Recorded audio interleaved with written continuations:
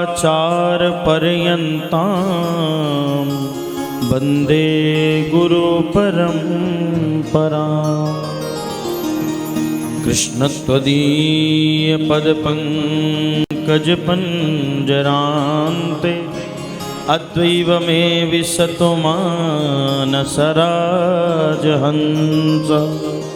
प्राणप्रयाण समये कपिवात पित्तैः कंठावरोधन विधौ स्मरणं कुतस्ते। जय जय श्री राधारमण जय जय नवल किशोर जय गोपीचित चोर प्रभु जय जय माखन चोर। श्री राधा मेरी मात हैं पिता मेरे घनश्याम। इन दोनों के चरण कमल करूं कोटि कोटि प्रणाम। श्री राधे कथा अनंत है श्री राधा नाम अनमोल। जन्म सफल हो जाएगा राधे राधे बोल।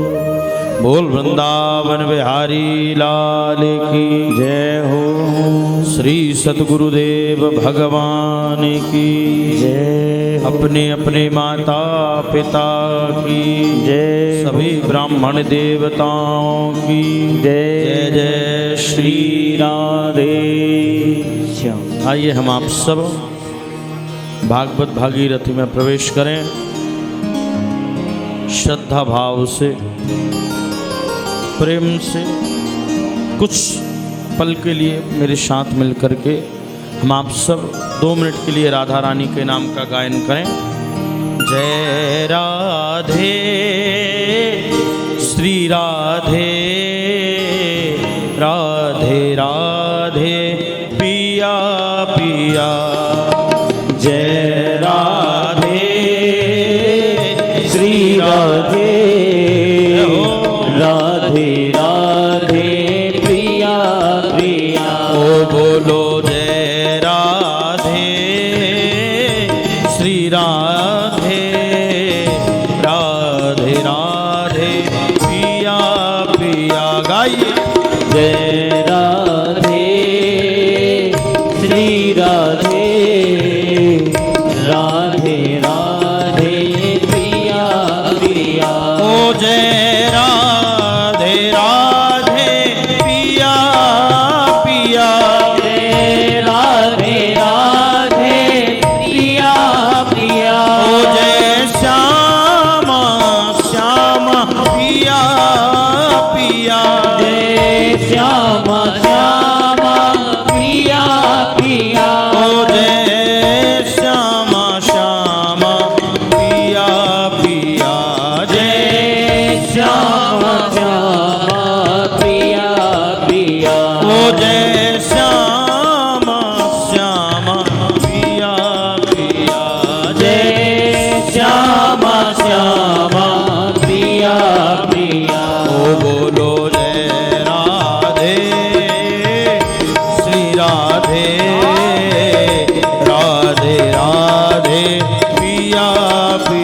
प्रेम से गाइए जय राधे श्री राधे राधे राधे हो प्रिया प्रिया।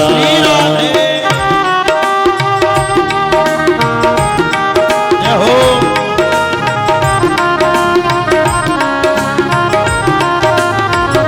श्री वृंदावन बिहारी लाल की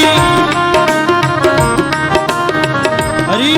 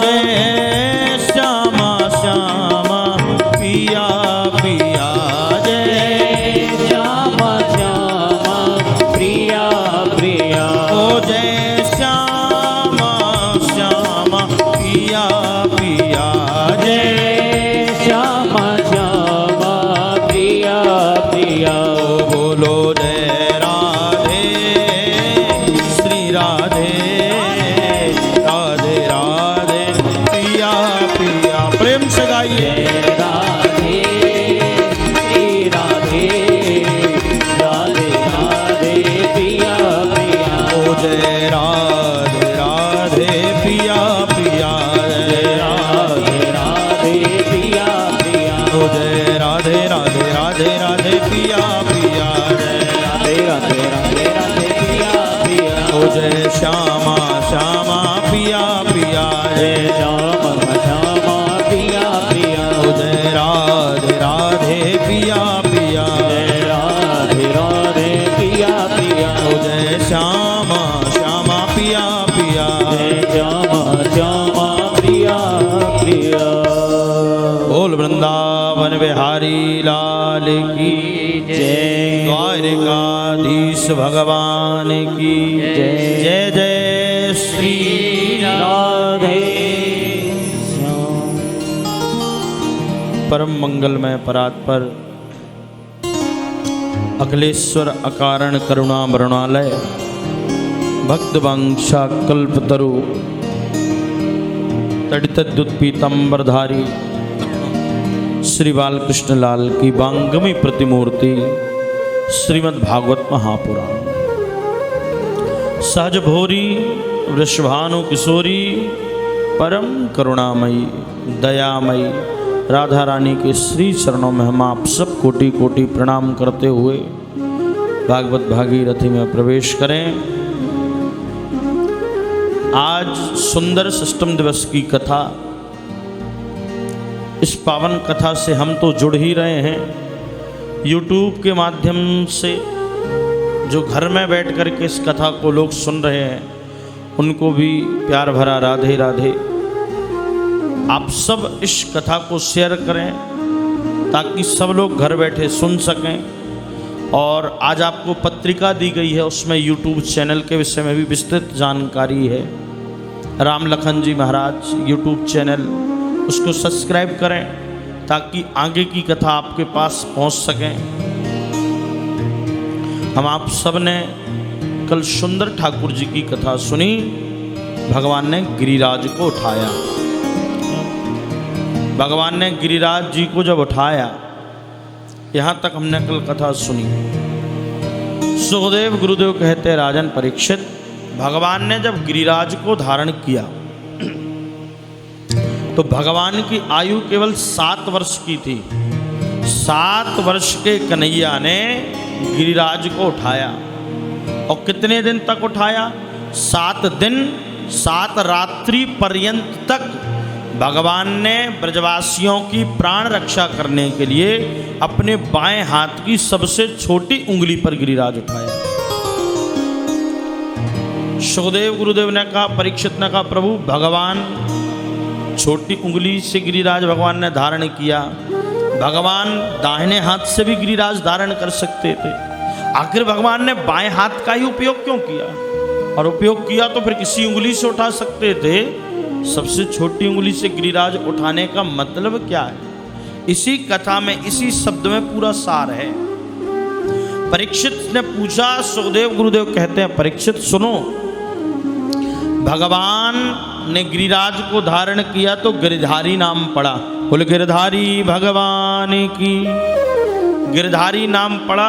भगवान ने बाएं हाथ की छोटी उंगली से गिरिराज को उठाया। भगवान मानो ये कहना चाह रहे हैं, जो भक्त संसार को छोड़ करके, माया जाल को छोड़ करके मेरी शरण में आ जाएगा, जैसे ब्रजवासी आए ना, इंद्र ने प्रलयन काली मेघों को बरसा भेजा, जाओ आदेश दिया, पूरे ब्रज को डुबा दो। लेकिन आज भगवान ने, ब्रजवासी भागे भागे आए, कहने लगे, कन्हैया जल्दी से बता भैया क्या करें? कन्हैया ने कहा, क्या बात है गई भैया? बोले देख, इंद्र कुपित है गयो, इंद्र क्रोधित है गयो। इंद्र ने प्रलयनकाली मेघों को भेजा है, जाओ जाकर के वर्षात करो। भगवान ने कहा चिंता मत करो, जिस गिरिराज की तुम सबन ने सेवा की है वो गिरिराज तुम्हारी सेवा तुम्हारी रक्षा जरूर करेगा। तो भगवान ने गिरिराज उठाया और बाएं हाथ की सबसे छोटी उंगली से गिरिराज को उठा करके भगवान ने ये साबित कर दिया, इस दुनिया में इस संसार में जो संसार का सहारा लेंगे वो तो संसार में भटकेंगे, लेकिन जो मेरा सहारा लेगा और मेरे में आ जाएगा तो उसके कष्टों को हरण करना मेरे बाएं हाथ का खेल है। इसलिए गिरिधारी ने भगवान ने गिरिराज को बाएं हाथ से उठाया। और ब्रजवासियों ने देखा कि कन्हैया जब 3-4 दिन हो गए कन्हैया को गोवर्धन उठाए, ब्रजवासियों ने मोटे मोटे डंडे लगाए। तो ब्रजवासियों ने कहा कन्हैया हम कभी डंडे लगाएं, कभी कंधे लगाएं, कभी सिर टिकाएं, हम देख रहे हैं तू जब से गोवर्धन को तैने उठायो है तब से वैसे ही क्यों वैसे ही है, नेक आराम कर ले, थोड़ा सा रेस्ट कर ले जाकर। भगवान ने कहा रेस्ट कर लूं? बोले हाँ बिल्कुल कर लो। ब्रजवासियों ने कहा जाकर के रेस्ट करो, तो तुम क्या सोच रहे हो गिरिराज को तुमने उठाया? भगवान ने कहा नहीं, तुम सब ने अपने मोटे मोटे डंडे लगाए भए हैं इसलिए गिरिराज तुमने उठाया है। अगर तुम कहो तो मैं हाथ छोड़ूं? ब्रजवासियों ने कहा छोड़ दो, डंडे लगे, बिल्कुल चिंता मत करो। और बिल्कुल किंचित मात्र लिखा है, किंचित मात्र भगवान ने अपनी नख को नीचे किया, नख चंद्रिका को, उंगली को इतना सा नीचे किया। ब्रजवासियों के जो डंडे लगे थे चटपट चटपट करके टूटे। ब्रजवासियों ने आवाज लगाई अरे कन्हैया बचा, और कन्हैया ने फिर से गिरिराज उठाया। अब ब्रजवासी आश्चर्यचकित, भैया हमने इतने मोटे मोटे डंडे लगाए और तैने अपनी नेक सी उंगली नीचे करी तो हमारे डंडे टूटवे लग गए। एक ब्रजवासी ने कहा अच्छा हुआ इतनी सी उंगली नीचे की, थोड़ी और नीचे कर देता तो जैसे डंडे चटपट चटपट करके टूटे वैसे ही हमारे कंधे भी चटपट आ जाते, भैया तैने अच्छे समय पे संभाल लियो। ब्रजवासियों ने कहा कन्हैया एक बात बता, जिस गोपी को माखन तू खाए चोरी करके वही माखन हम भी खाएं, जहाँ वृंदावन में तू रहे वहाँ हम भी रहें, फिर तेरे भीतर इतनी ताकत कहाँ से आए गई कि हम सबके मोटे मोटे डंडे कचू, तो तू तेरे केवल उंगली काम की है तो हम माटी के मधुकरा लगे भाई। कन्हैया ने कहा नहीं नहीं सुनो मैं बताता हूँ, बोलो। भगवान ने कहा जब मैंने गिरिराज को उठाया तो तुम मेरे सामने थे, जैसे आप बैठे हैं ऐसे ही भगवान के सन्मुख ब्रजवासी थे। ब्रजवासियों ने कहा ठीक है। और बोले जब मैंने गिरिराज को उठाया तो तुम मुझे टुकुर टुकुर देख रहे थे। बोले हाँ ये भी बात है, तुम मुझे देख रहे थे हम तुम्हें देख रहे थे। तो बोले जब तुम मुझे देख रहे थे तो तुम सबकी ताकत मैंने अपने अंदर खींच ली। अब ब्रजवासियों ने कहा अरे भैया अभी तक माखन चुराव तो फिर तो बात तो सही थी, अब शक्ति भी चुरावे लग गए हो क्या?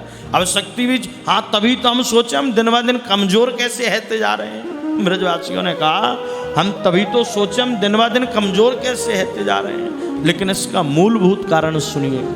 कछु माखन को बल बढ़ो, कछु गोपिन करी सहा, श्री राधा जू की कृपा सो मैंने गिरवर लियो उठाए। बिना राधा रानी की कृपा के इस ब्रज में कोई काम सिद्ध होता ही, बोलो ना। भगवान स्वयं कह रहे हैं कछु माखन को बल बढ़ो, कछु गोपिन करी सहाय। अंत में श्री राधा जू की कृपा सो मैंने गिरवर लियो उठा। सुखदेव गुरुदेव कह रहे हैं मानो भगवान ये खुद कहना चाह रहे हैं कि मैंने गिरिराज को उठाया, लेकिन गिरिराज को उठाने में मेरा कुछ नहीं है, कुछ तो माखन का बल बढ़ गया और विशेष उस राधा रानी की कृपा हो गई। बिना राधा रानी की कृपा के श्याम भी अधूरे हैं। लिखा हुआ ब्रह्म वैवर्त पुराण में भगवान ने 7 दिन तक गिरिराज को धारण करके रखा।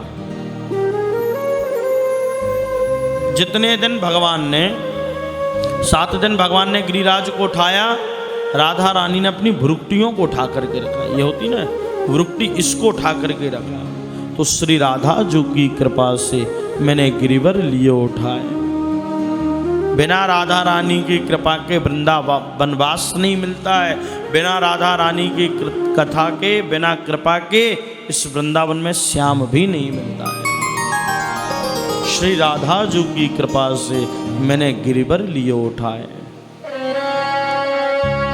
हम आप सब इस ब्रज में आए हुए हैं और इस ब्रज की सरकार राधा रानी है। ब्रज के सरकार श्याम सुंदर नहीं है क्या?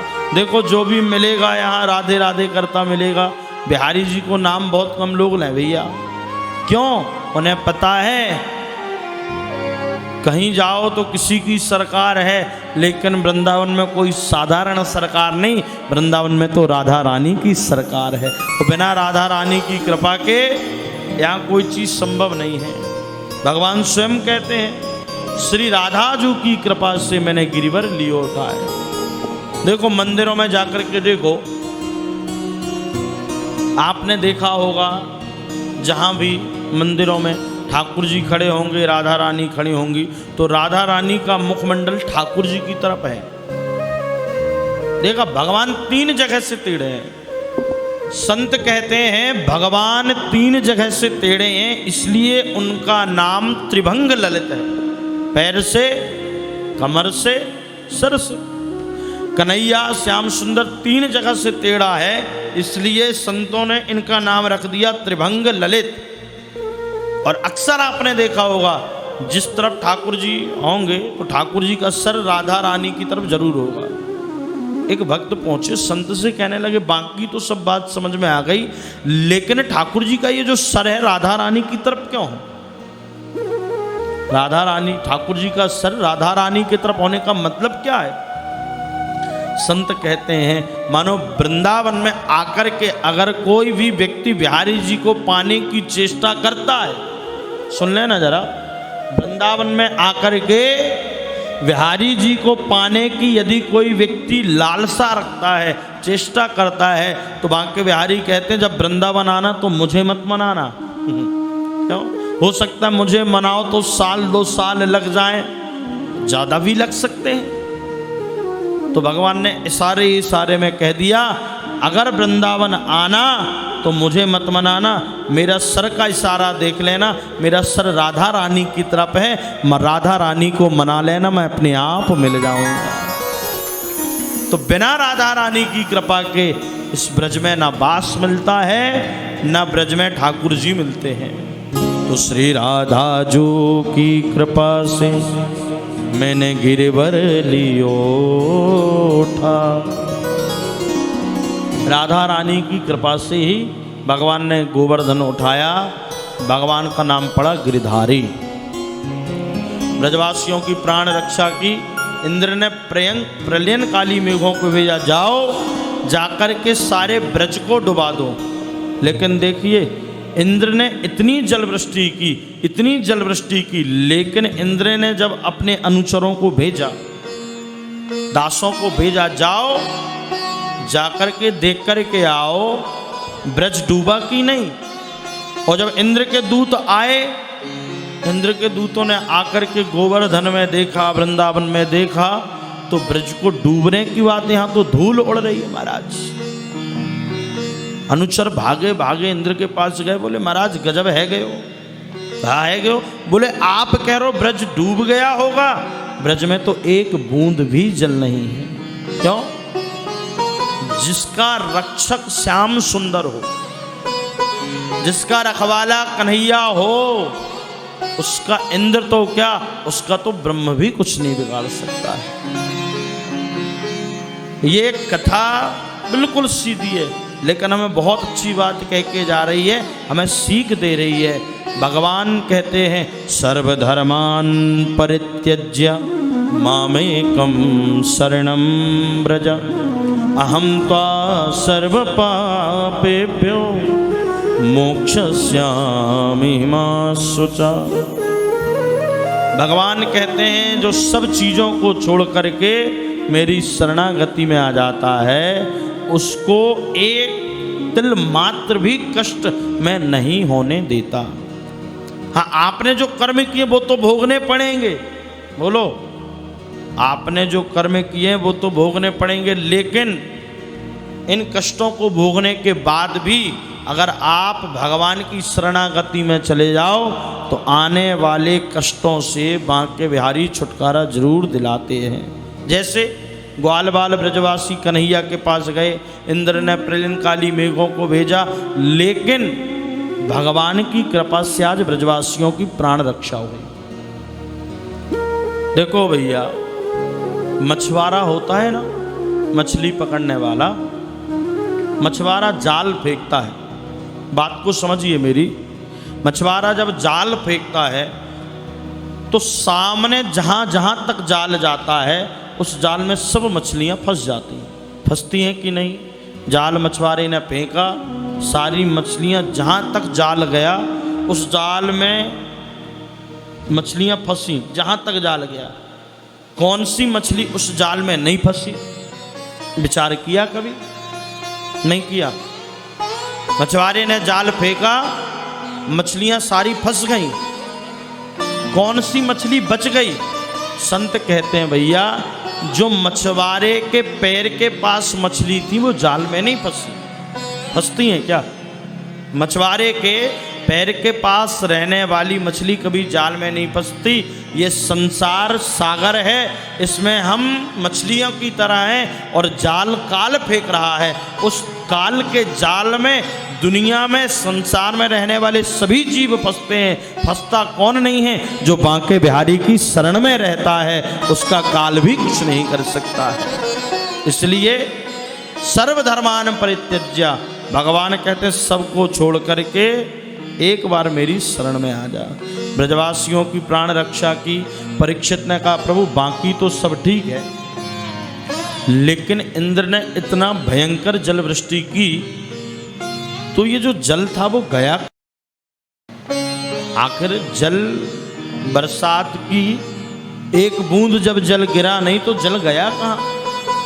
तो कथा है रामावतार की। भगवान राम जब वापस आए अयोध्या तो माता जानकी के मन में जिज्ञासा प्रकट हुई। उन्होंने विचार किया कि मैं किसी ऐसे ब्राह्मण देवता को भोजन कराऊं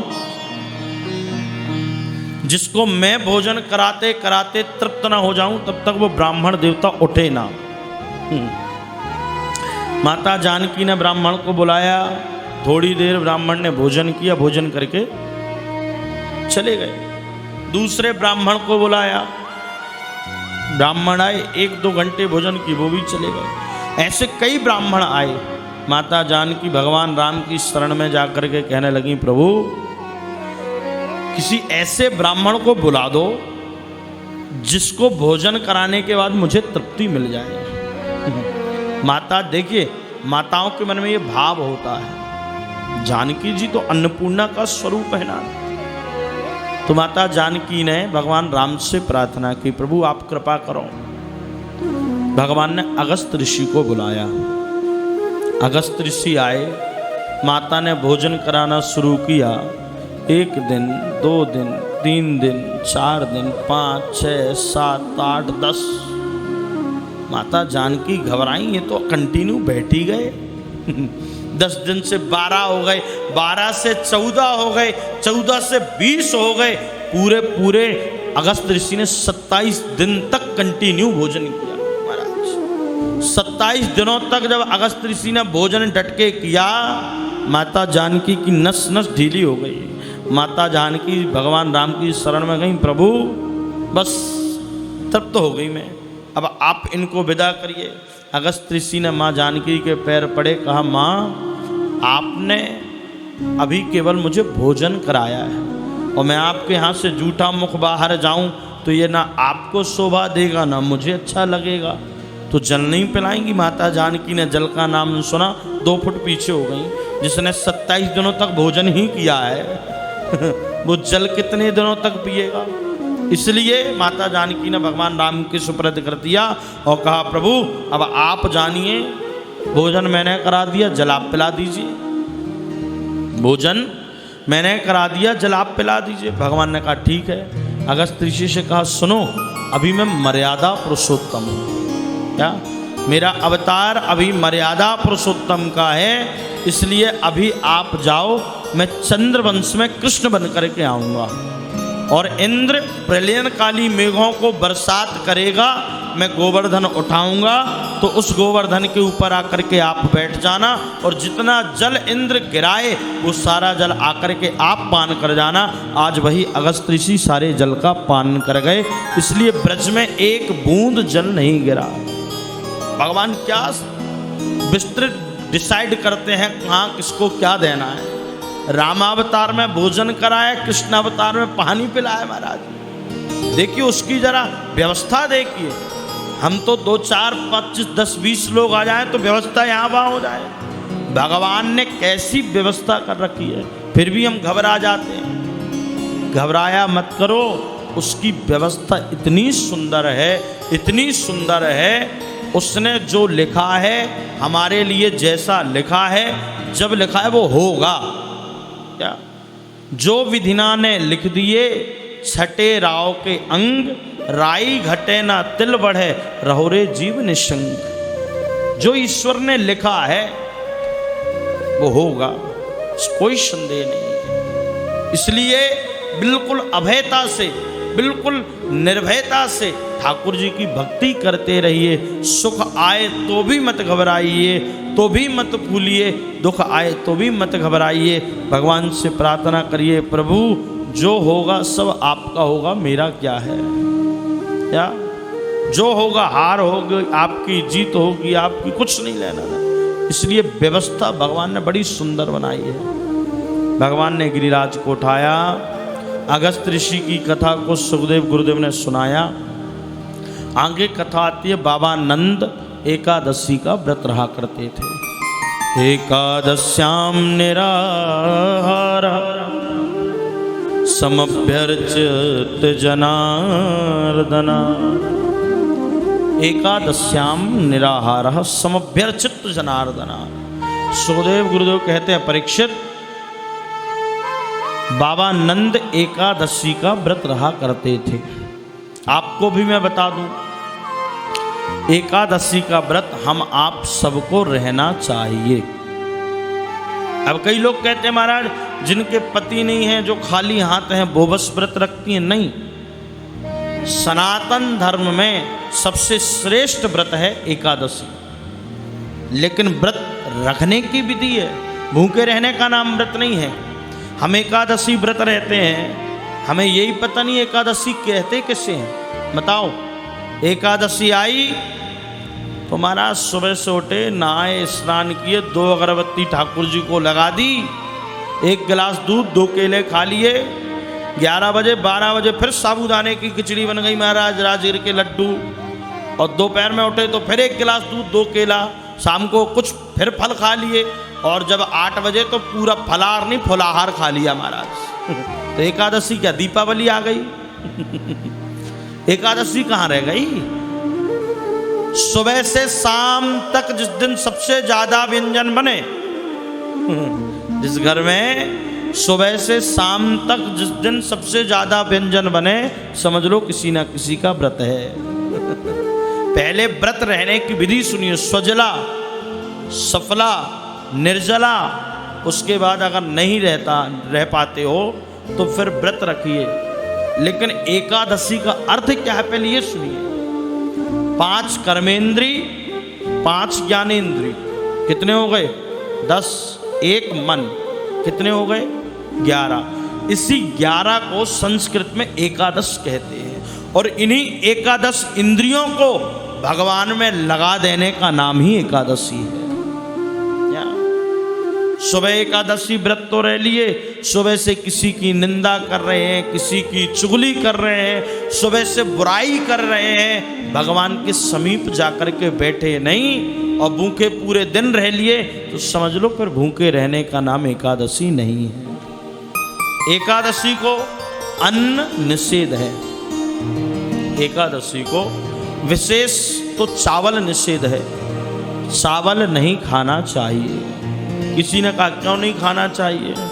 तो संतों का ऐसा मत है कि एक मेधा ऋषि हुए, सुनो जरा, एक मेधा ऋषि हुए तो माँ भगवती के डर से मेघा ऋषि ने अपने शरीर को भूमि पर समाहित किया। उस दिन एकादशी तिथि थी, ध्यान से सुनना। मेधा ऋषि ने भगवती के डर से अपने शरीर को भूमि पर समाहित किया। उस दिन एकादशी तिथि थी। तो संत कहते हैं जौ और चावल जो व्यक्ति एकादशी के दिन खाता है तो समझ लो कि वो मेधा ऋषि के मांस को खा रहा है, इसलिए उस दिन चावल नहीं खाने चाहिए। जो व्यक्ति जितना चावल खाता है उतने कीड़े उसके पेट में होते हैं, ऐसा भी कहते हैं, इसलिए चावल निषेध है। चावल अगर बनता रहा हो तो अब विचार करो, घर में कभी भी एकादशी को चावल नहीं बनाने चाहिए। एकादशी को, अच्छा चावल को संस्कृत में कहते अक्षत, कहते हैं कि नहीं? अक्षत का अर्थ है जिसका कोई खंडन ना हो, जिसका कोई नाश ना हो। तो चावल में पाप जाकर के एकादशी को बैठते हैं और हम भोजन करते हैं तो उसका नाम ही अक्षत, जिसका कोई क्षय नहीं। उस दिन का खाया गया चावल उसका कोई क्षय नहीं होता है, इसलिए एकादशी को चावल नहीं खाना चाहिए। अब कई लोग कहते हैं महाराज हम चावल तो नहीं खाते लेकिन पोहा खा लेते हैं। अब बताओ महाराज उनको कौन समझाए? गुड़ खाएं, गुलगुला से परहेज करें। चावल नहीं खाएंगे लेकिन पोहा 2-2 प्लेट खा जाए ना है महाराज। इसलिए चावल से ही पोहा बनता है, इसलिए एकादशी को चावल नहीं खाना चाहिए। अगर घर में बनता हो, देखिए घर में आपके धन है, दौलत है, संपत्ति है, सब कुछ है, उसके बाद भी अगर आपके घर में कोई बीमार है, आपके घर में कोई दुखी है, आपके घर में किसी को कष्ट है, तो समझिए कि हमसे कहीं ना कहीं कोई गलती हो रही है। गलती कैसी? यही तिथि के दिन गलती हो जाती महाराज। एकादशी पता रहता है कि तिथि है एकादशी, लेकिन जिसका व्रत है वो बस चावल नहीं खाता, पूरा परिवार चावल खा रहा है, नहीं, उसका भी दोष है। इसलिए एकादशी को आप ये नियम बनाइए कि घर में चावल नहीं बनना चाहिए। इसी का नाम एकादशी है। एकादश इंद्रियों को भगवान में लगा देना ही एकादशी है। और भूखे रहने का नाम एकादशी नहीं महाराज। सुबह से शाम हो गई महाराज और भूख लगे तो चिड़चिड़ापन और आ जाए, तो व्रत जितने का नहीं रहा। किसी ने 2 बातें की तो हमने और उसको चिड़चिड़ा करके गुस्से में कुछ कह दिया, तो मन से तो व्रत है लेकिन वाणी खराब हो गई। अगर व्रत रहना है, वृंदावन में बैठे हो, अगर व्रत लेना है तो किस चीज़ का व्रत लीजिए? हम झूठ नहीं बोलेंगे, ये भी तो एक व्रत है। हम किसी को बुरा नहीं कहेंगे, ये भी तो एक व्रत है। बोलो, हमारी वाणी के द्वारा किसी को कोई कष्ट ना पहुंचे, ये भी तो एक व्रत है। उपवास, एक शब्द आया उपवास, भगवान के पास बैठने का नाम ही उपवास है। एकादशी तिथि के दिन जितना ज़्यादा हो सके भगवान के पास समय निकाल करके बैठा जाए। और दिन 2 माला हो तो भगवान एकादशी के दिन भगवान के पास बैठ करके 10 माला करने का नियम बनाओ। इसी का नाम उपवास है। भूखे रहने का नाम उपवास नहीं है। अन्न नहीं खाना चाहिए। अगर आपको लगता है तो थोड़ा बहुत स्वल्पाहार फलाहार कर लीजिए, लेकिन अनाज नहीं खाना चाहिए। एकादश इंद्रियों को भगवान में लगा देना ही। एकादशी के दिन कान भगवान की कथा सुने, नेत्र भगवान का दर्शन करें, बोलो हाथ भगवान की सेवा करें और भगवान से बैठ कर के प्रार्थना करो, प्रभु आज एकादशी तिथि है तो जही विधि होए नाथ हित मोरा, करहूं सुबेग दास में तोरा। जैसे में मेरा कल्याण हो वैसा आप करिए, मुझे चिंता नहीं है। जही विधि होए नाथ हित मोरा, करहूं सुबेग दास में तोरा। इसलिए एकादशी के नियम ये हैं ऐसे रहना चाहिए। मैंने आपको इसलिए बता दिया क्योंकि हम आप एकादशी व्रत तो रह रहे हैं। अब कई लोग कहते हैं महाराज हमें एकादशी का उद्यापन कराना है।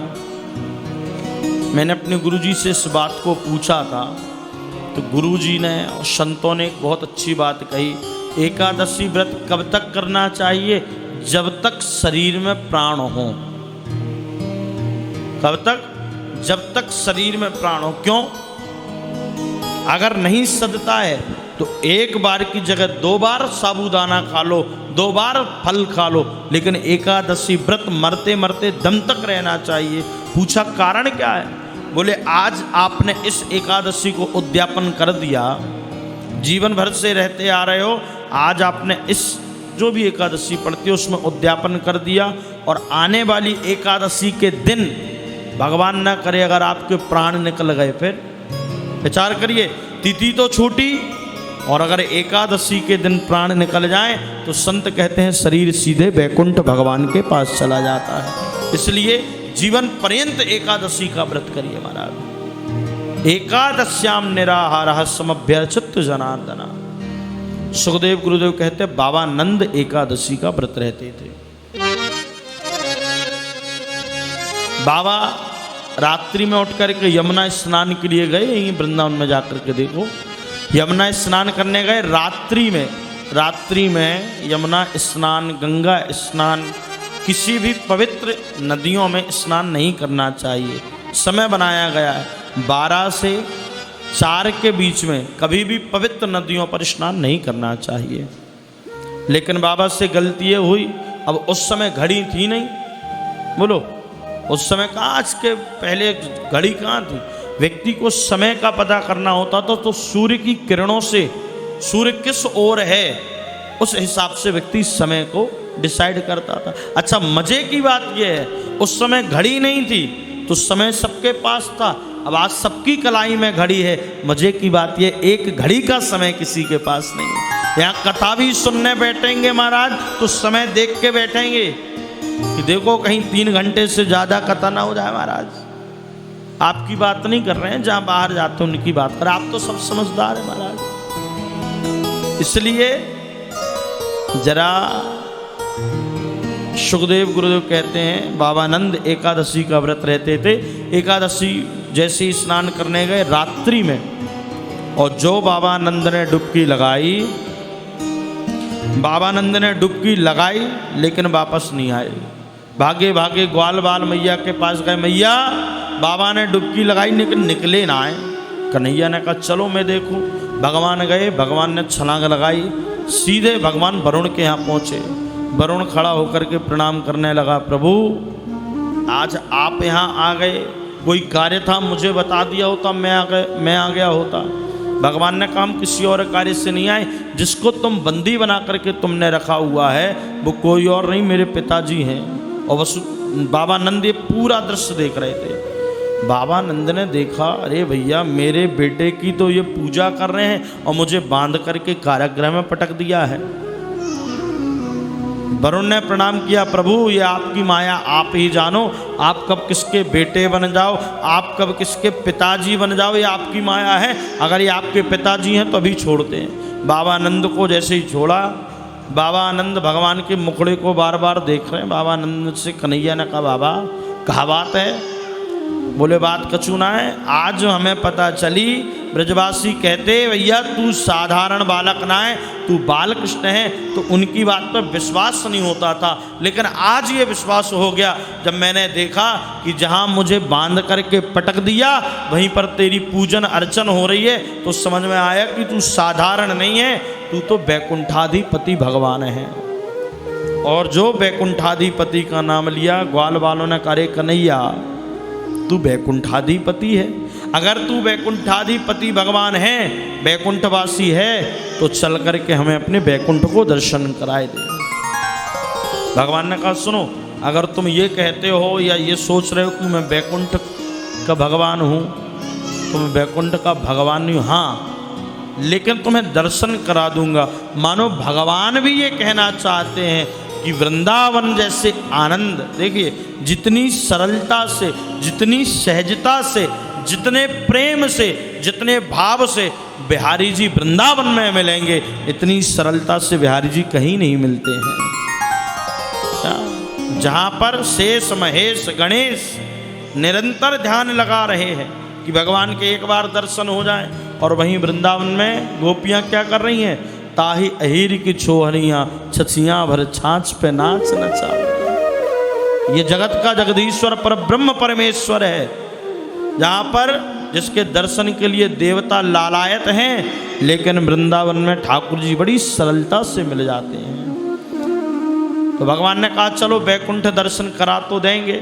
ब्रजवासियों को बैकुंठ ले भी गए, लेकिन बैकुंठ ले गए तो ब्रजवासी जब बैकुंठ गए तो बैकुंठ की महिमा को ब्रजवासियों ने वृंदावन की महिमा के आगे फीका बता दिया। क्यों? ब्रजवासियों ने कहा बैकुंठ इतना अच्छा नहीं है जितना अच्छा हमारा श्रीधाम वृंदावन है। वास्तविक में इस भूमि का इतना महत्व है, इस भूमि का महत्व वही समझ सकता है जिसने हृदय से, सच्चे भाव से बिहारी जी को अपना बना लिया है। क्योंकि वृंदावन के वृक्ष को मरम न जाना को, जहाँ डाल डाल और पात पे श्री राधे राधे हो। ये साधारण वन नहीं भैया, यहाँ पर बिहारी जी मिलते जरूर हैं। आपके अंदर भाव आ जाए बिहारी जी से मिलने का तो बिहारी जी मिलेंगे जरूर। कैसे भी भगवान को भजा जाए, भाव को भाव अनख आलस हूँ, नाम जपत मंगल दिशि दशा हूँ।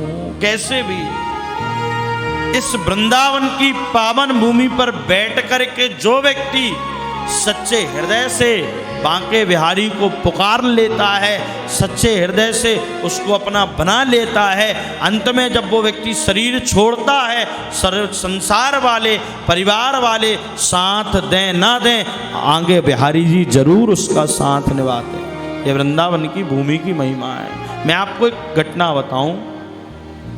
एक बार भगवान विष्णु और माता लक्ष्मी दर्शन के लिए जरा भ्रमण करने के लिए निकले।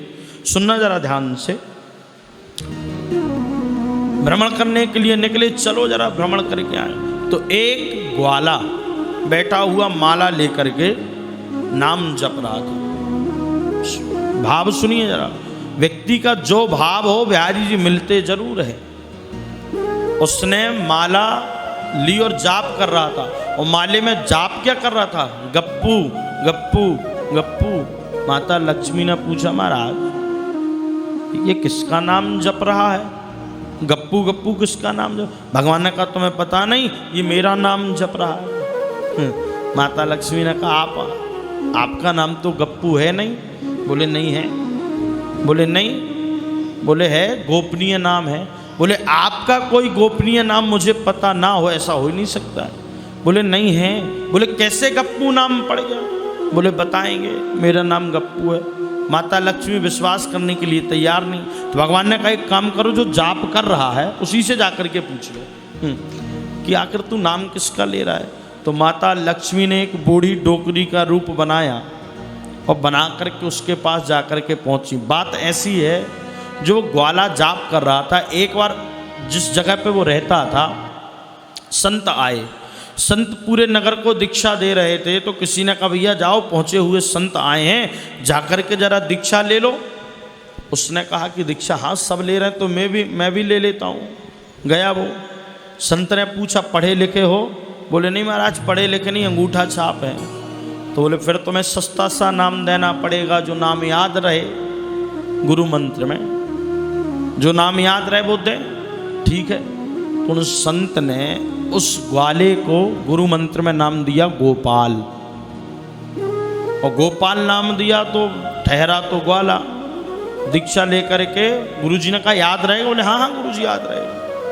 नाम लेकर के चला, गोपाल गोपाल गोपाल गोपाल। घर आया, स्नान करने में लग गया गोपाल, भोजन करने में लग गया गोपाल। करते करते वो भूल गया, और भूल गया तो कहने लगा गुरुजी ने नाम दिया क्या था? बोले गुरुजी ने नाम दिया क्या था? गोपाल। गोपाल याद था नहीं, तो उसने गप्पू गप्पू नाम रटना भगवान का शुरू किया।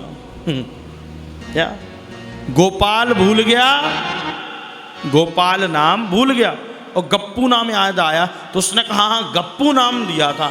तो जल्दी से उसने माला उठाई और माला उठा करके आकर के एक जगह बैठा ही था जाप करने की, तो लक्ष्मी माता आ गई। लक्ष्मी माता आई तो लक्ष्मी माता ने बूढ़ी डोकरी का रूप बनाया और पूछी भैया तू किसका नाम जप रहा है? सुनिए जरा, किसका नाम जप रहा है? जो नाम जप रहा था ग्वाला, वो कहने लगा गप्पू गप्पू, इशारा कर रहा है जाओ यहाँ से।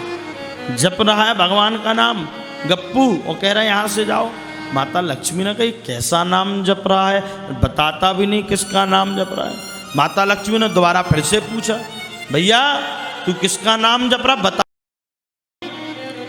ग्वाला बैठा बैठा कह रहा है गप्पू, अगर मैंने अभी बोल दिया तो मैं नाम फिर भूल जाऊंगा, इसलिए नाम बताया नहीं। और जब माता लक्ष्मी ने एक बार, दो बार, तीन बार जब पूछा तो ठहरा तो ग्वाला ही महाराज। जब उसको गुस्सा आई तो उसने माला रखी और माला रख करके कहने लगा बताऊं किसका नाम जप रहा हूं, भागती है कि नहीं, तेरे खसम का नाम जप रहा हूं। और जो भाग करके माता लक्ष्मी गई महाराज, माता लक्ष्मी ने जाकर के भगवान ने कहा पता कर लिया किसका नाम जप रहे? बोले नाम का पता क्या, बस ये देरी रह गई थी कि डंडा उठा के मारने वाला अवस्था।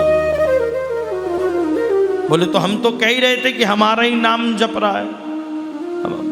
माता लक्ष्मी ने कहा ये आपका नाम है, लेकिन आपका नाम गप्पू पड़ा कैसे? तब भगवान ने बताया एक बार मैया यशोदा माखन खिला रही थी, चांदी के पात्र में रख करके छोटे छोटे माखन के गोले मुझे खिला रही थी और मैं बैठ करके मैया की गोद में माखन के छोटे छोटे टुकड़े निगल रहा था, खा रहा था। और मैया बातों में लगी, तब तक मैंने प्लेट में हाथ मारा जिस पात्र में माखन रखा था, तो उसमें एक माखन का बड़ा लड्डू बना रखा था। तो मैंने उठा करके उसको जो गप से खाया, तो मैया ने कहा अरे गप्पू राम तुम तो बड़े चालाक निकले, उसी दिन से मेरा नाम गप्पू पड़ गया। तो भगवान भाव के भूखे हैं। भगवान कैसे दर्शन देते? ऐसे भाव को भाव अनख आलस हो, नाम जपत मंगल दिशि दसऊं। व्यक्ति कैसे भी नाम ले ले, बस हृदय शुद्ध होना चाहिए। बिहारी जी ने आज ब्रजवासियों को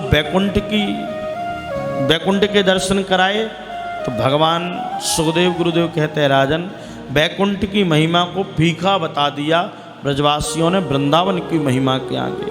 और वास्तविक में आप इस शरीर से सब जगह जाइए, मैं अपना अनुभव बता रहा हूँ, सब जगह जाइए, बद्रीनाथ, केदारनाथ, गंगोत्री, जमुनोत्री, द्वारिकापुरी, रामेश्वर, सब जगह जाइए, लेकिन सब जगह दर्शन करने के बाद आप वृंदावन जरूर आइए।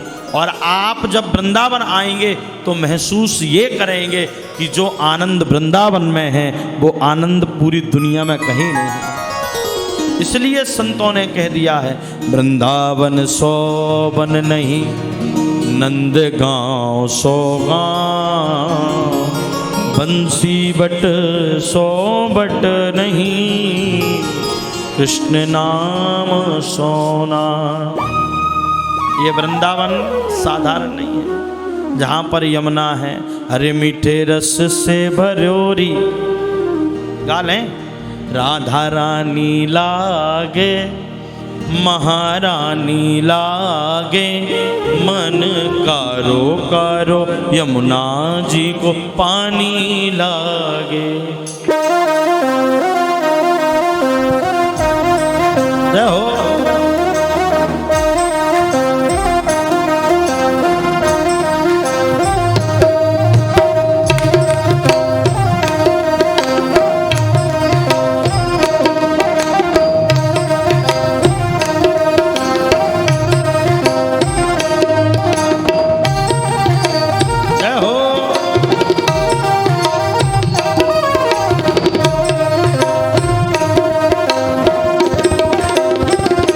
ओ मीठे रस से भरोरी राधा रानी लागे, महारानी लागे, मन करो करो यमुना जी को पानी लागे।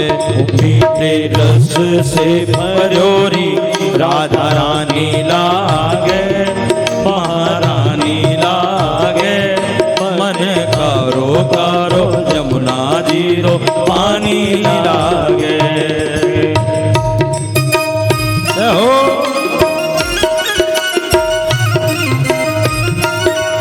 श्री राधे, जरा प्रेम से ताली सेवा करने वाले।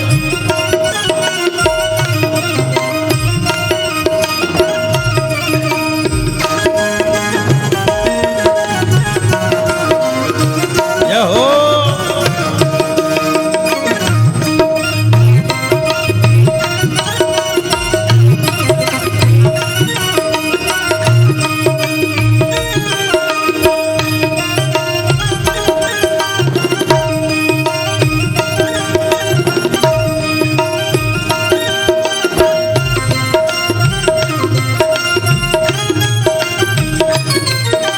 यमुना जी तो कारी कारी राधा गोरी गोरी, यमुना जी तो कारी कारी राधा गोरी गोरी।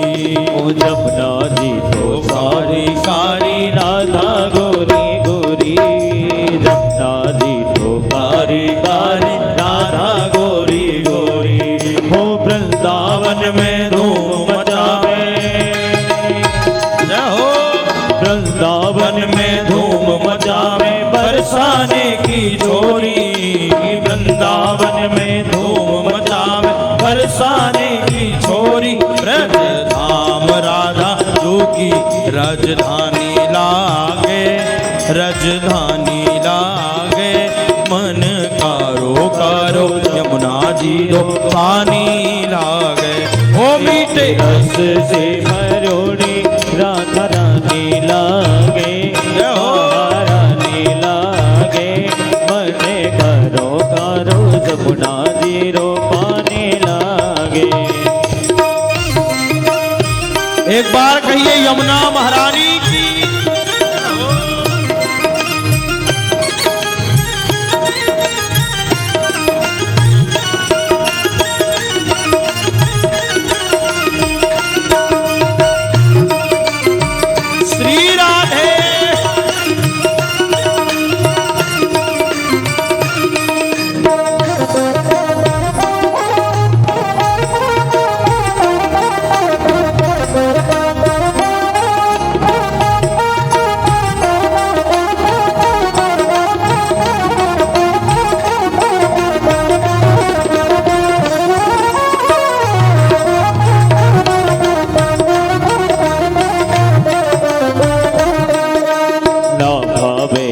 माखन मिश्री और ना कोई मिठाई, ना भावे मन माखन मिश्री और ना कोई मिठाई।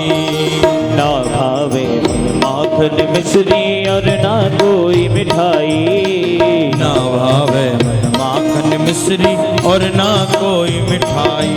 तुम्हारी जीवड़िया ने भावे राधा नाम मलाई, तुम्हारी जीवड़िया ना भावे राधा नाम मलाई। रस खान की लली गोरधानी लागे, महारानी लागे, मन कारो कारो यमुना जी को पानी लागे।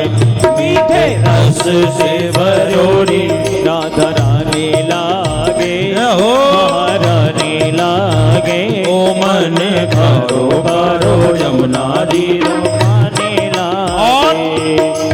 राधा राधा नाम रटत है जो नर आठों याम, राधा राधा नाम रटत है जो नर आठों याम।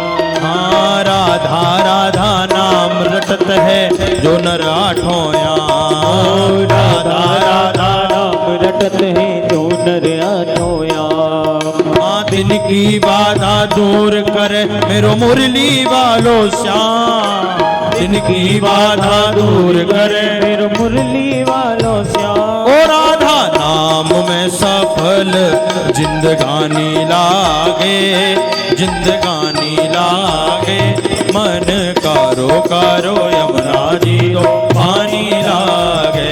मीठे रस से भरोरी राधा रानी लागे, महारानी लागे, मन कारो कारो यमुना जी दो पानी लागे, मन कारो कारो यमुना जी दो पानी लागे। ओ मन कारो कारो यमुना जी दो पानी लागे। बोल वृंदावन बिहारी लाल की जय। यमुना महारानी की जय जय श्री राम। तो ये आनंद आपको केवल प्यारे वृंदावन में मिलेगा। कहीं भी भटक लो, ये आनंद तो वृंदावन ही मिलेगा। क्या? जहां पर ठाकुर जी के नाम में अपने आप सुनते ही नाचने की इच्छा है वे लग जाए, वायु को नाम तो वृंदावन है। इसलिए साधक कहता है राधा राधा नाम रटत है जो नर आठों याम। जो नर राधा रानी का नाम निरंतर गाता है उसके ऊपर कैसी किशोरी जी कृपा करती हैं। अरे राधा राधा नाम रटत है जो नर आठों याम। तिनकी बाधा दूर करे मेरो मुरली वारो श्याम। तिनकी बाधा दूर करे मेरो मुरली वालो श्याम। राधा नाम में सफल जिंदगानी लागे, जिंदगानी लागे, मन कारो कारो यमुना जी दो पानी लागे। बोल वृंदावन बिहारी लाल जय हो। तो यमुना महारानी की भी कृपा है। यमुना यमदूतन तारत हैं, भवतारत हैं श्री राधिका रानी। यमुना यम से बचाती है और राधा रानी जीव का कल्याण करती है। इस ब्रज की रज में, ब्रज भूमि पर रहने वाला कीट पतंग भी अपने आप को निश्चित रूप से भाग्यशाली, और हम आपके ऊपर निश्चित रूप से कृपा हुई है तो हम वास्तविक में भाग्यशाली हैं।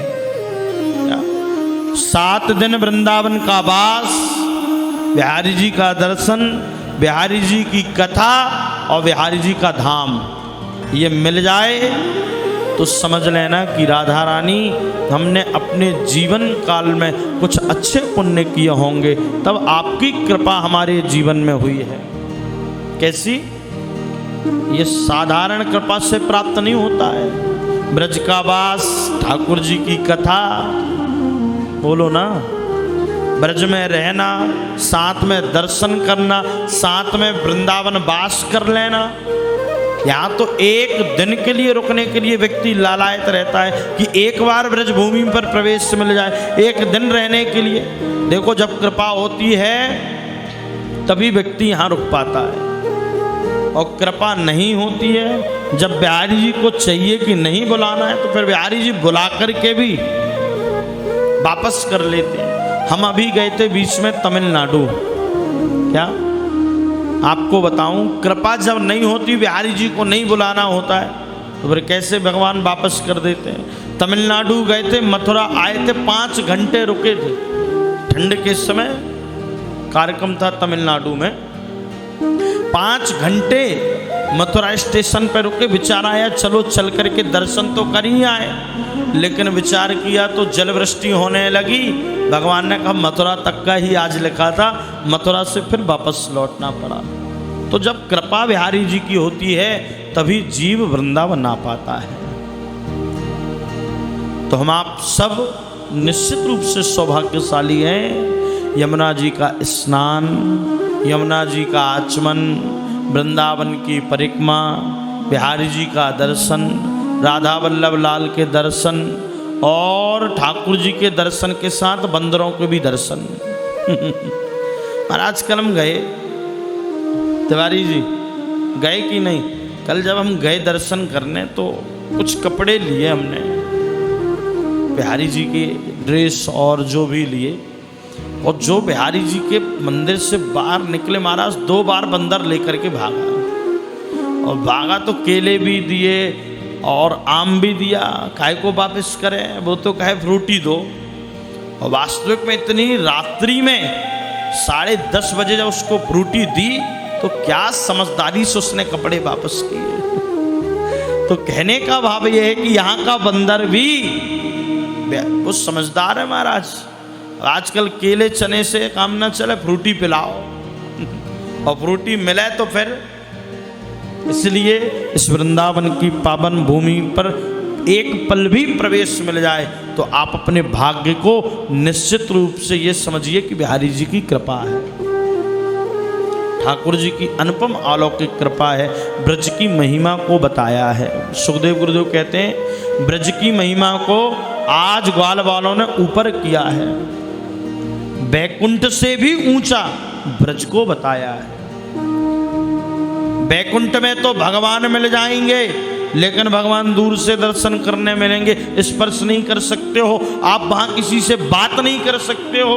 ब्रजवासी जब गए ना तो ब्रजवासियों ने चाहा कि एक बार जरा अपने कन्हैया से मिल लें, तो द्वारपालों ने रोक दिया, मौनम आस्था यहाँ मत आना, यहाँ तो केवल भगवान का भजन होता है।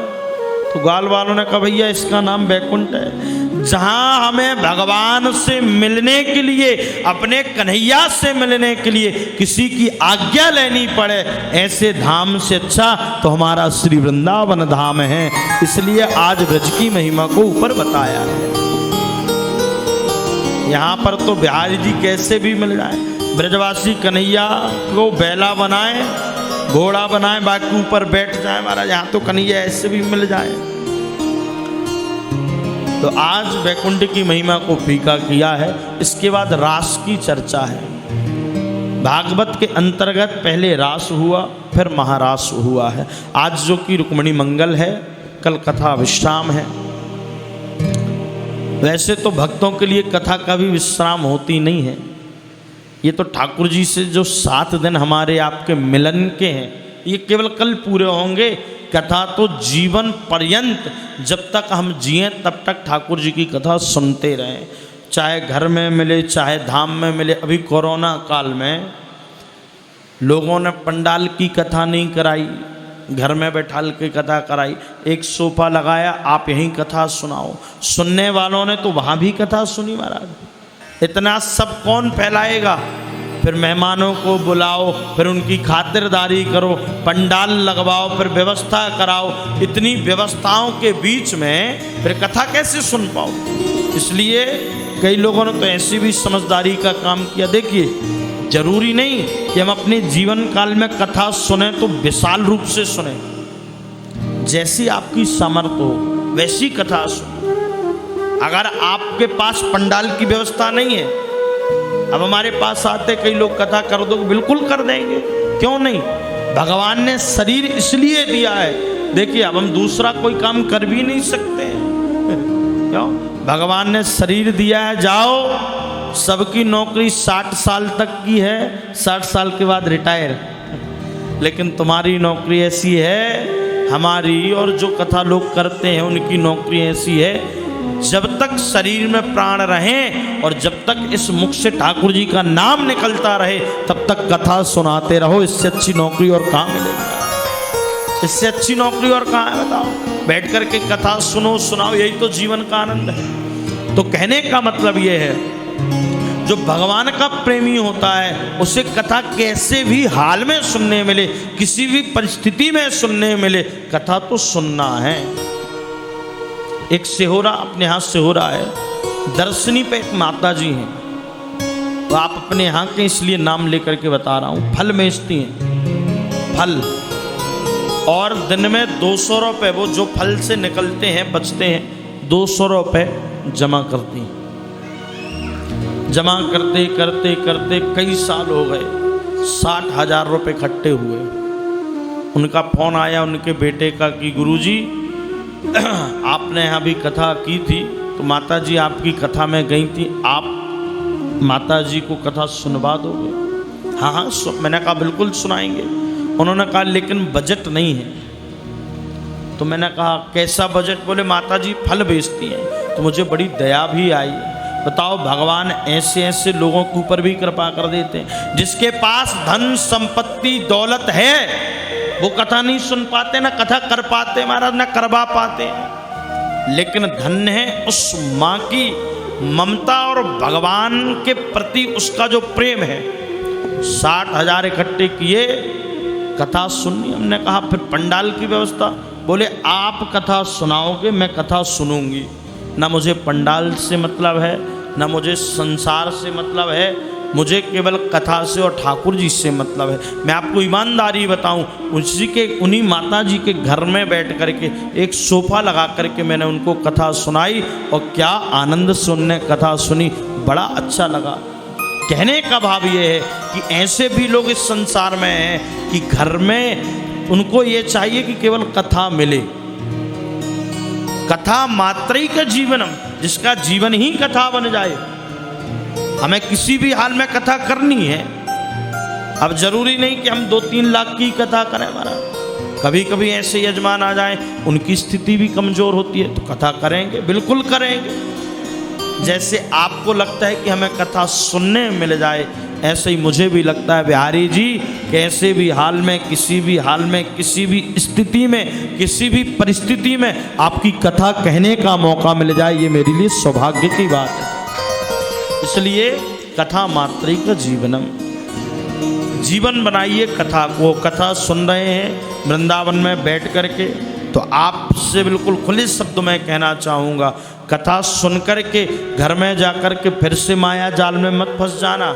अगर वृंदावन में कथा सुन रहे हो तो आज के बाद, आज सप्तम दिवस, कल कथा विश्राम है, ये सोच करके जाना कि बिहारी जी हमने आपके धाम में कथा सुनी है, हमने आपके निज निवास पर कथा सुनी है। इस कथा का फल यदि कुछ हो, इस कथा का किंचित मात्र भी फल हो, तो बस यही फल हो कि हमारा मन आपके चरणों में लगने लग जाए। बस इससे ज़्यादा और कुछ नहीं चाहिए। मैंने कहा था ना, कथा सुनने के बाद कथा से तृप्ति हो जाए तो समझ लेना हमने कभी कथा नहीं सुनी। और कथा सुनने के बाद और मन तीव्रता से लालायित होने लगे कथा सुनने का, तो समझ लेना कि बिहारी जी की कृपा है। इसलिए इसी वृंदावन में रास हुआ है, इसी वृंदावन में महारास हुआ है, रुक्मिणी मंगल की पावन कथा है। उससे पहले हम रास महारास की कथा सुने। सुखदेव गुरुदेव कहते हैं, राजन परीक्षित, भगवान ने जब रास किया तो भगवान की आयु 8 वर्ष 3 महीने 6 दिन थी। और रास कैसा हुआ? किसी साधारण मनुष्य का रास नहीं था।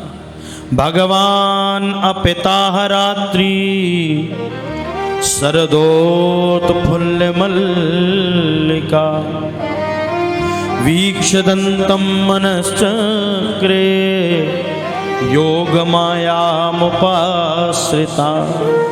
योग माया का आश्रय लेकर के, शब्द सुनिए, सुखदेव गुरुदेव कह रहे साधारण रास नहीं है। भगवान अपिताह रात्रि शरदोत्फुल्ल मल्लिका, ये भगवान की रात्रि है, किसी मनुष्य की रात्रि नहीं। भगवान अपिताह रात्रि शरदोत्फुल्ल मल्लिका। आज भगवान ने सुंदर बंसी बजाई है। जो भगवान ने अधर पर धर करके बंसी बजाई, जो बंसी की तान गोपियों के पड़ी कान, गोपी भूल गई अपना ध्यान, और भगवान की बंसी सुन करके गोपियां भागी भागी कहाँ गई? भगवान के पास अर्धरात्रि। और जैसे ही भगवान के पास गोपियां गईं, सुखदेव गुरुदेव कहते परीक्षित, पहले तो भगवान ने बंसी बजाई। इति वेणु रवम गीतम, इसी का नाम वेणु गीत है। भगवान ने बंसी बजाई, भागी भागी गई, जो जिस स्थिति में थी, जो जिस परिस्थिति में थी। कोई अपने सास ससुर को भोजन करा रही थी, भोजन परोसते हुए भोजन की थाल छोड़ करके भागी कन्हैया से मिलने। कोई गोपी श्रृंगार कर रही थी तो कान का नाक में और नाक में का कान में पहन के भागी भगवान से मिलने। किसी के पति ने रोक दिया नहीं, इतनी रात्रि में नहीं जाओगी? गोपी ने कहा तुम्हें शरीर से प्रेम है? शरीर ये रखा है, आत्मा आज परमात्मा से मिलने के लिए गई, इसी का नाम गोपी है। और जैसे ही गोपियां भगवान के सन्मुख पहुंची तो भगवान ने स्वागत किया है। स्वागतम ते नमस्तुभ्यं प्रियम किम करिवाणि वा। आइए, स्वागत है। भगवान ने गोपियों को बुलाया, बुला करके पहले तो स्वागत किया, और जैसे ही गोपियां आकर के बस खड़ी हुई, स्वागत किया, तो भगवान ने पूछा बताओ किस कारण से आई? ब्रूता गमन कारणम। गोपियों को बड़ा क्रोध हुआ, पहले तो बंसी बजाई, हमको बुलाया, और जब हम आ गई तो पूछ रहे हो ब्रूता गमन कारणम, किस कारण से आई? भगवान ने कहा सुनो, तुम्हें पता नहीं पतिव्रता स्त्री की कथा क्या है? एक पतिव्रता स्त्री अर्धरात्रि में घर को छोड़ करके आती है, तुम अर्धरात्रि में भाग करके आ गई। पतिव्रता की कथा भगवान ने गोपियों को सुनाई, और कथा सुनाई और कहा सुनो, एक पतिव्रता स्त्री थी जो अपने पति के लिए पतिव्रता धर्म रखती थी, व्रत रखती थी। ब्राह्मण थे पतिदेव, अग्निहोत्र करते थे, घर में हवन कुंड बना हुआ था, छोटा सा बालक था। ब्राह्मण समिधा लेकर के जंगल से आए, थक गए थे बहुत, तो आकर के पत्नी की गोद पर सर रख करके सो गए। और सो गए तो देखा क्या कि जो उसका बालक था वो खेलते हुए हवन कुंड के समीप पहुंच गया। हवन कुंड धधक के जल रहा था। उसने विचार किया अगर मैं नहीं उठी और धोखे से बालक अगर इसमें गिर गया तो फिर बड़ी क्षति पहुंचेगी, लेकिन अगर उठ गई तो फिर पतिदेव की नींद टूटेगी, पतिव्रता धर्म बेकार होगा। पत्नी ने कहा उठेंगे नहीं, पतिव्रता धर्म में इतनी शक्ति है जो यमराज से भी अपने पति को छुड़ा करके ला सकती है। देखते देखते हुआ क्या, जो बालक अग्निकुंड के समीप खेल रहा था वो जाकर के अग्निकुंड में गिर गया, और जैसे ही गिरा अब तो माँ ठहरी, माँ ने नेत्र बंद कर लिए। कुछ देर के बाद उठी नहीं, ईश्वर परीक्षा तो लेता ही है। जैसे ही पतिदेव की निद्रा खुली और पतिदेव उठ करके बैठे तो पत्नी सबसे पहले भागी भागी गई कहाँ? जिस हवन कुंड में उसका बेटा गिरा था। उठी इसलिए नहीं थी कि पतिव्रता धर्म नष्ट ना हो जाए, और अगर उठ जाती तो पतिव्रता धर्म नष्ट हो जाता, इसलिए उठी नहीं। और अब जब पतिदेव उठ गए तो उठ करके भाग करके जैसे ही जाकर के देखा, जलते हुए हवन कुंड के अंदर जैसे ही देखा तो जैसे बालक ऊपर खेल रहा था वैसे ही जलते हुए हवन कुंड में खेल रहा है। ये पतिव्रता धर्म की कथा है। भगवान ने गोपियों से कहा ये पतिव्रता धर्म की कथा है, और तुम अपने पतियों को छोड़ करके आज अर्धरात्रि में तुम यहाँ गई। गोपियों ने कथा भगवान को सुनाई, पहले तो भगवान ने सुनाई, अब गोपियों ने सुनाई। सुनो कन्हैया, ऐसी एक दो कथा हमसे भी आवे, सुन लो।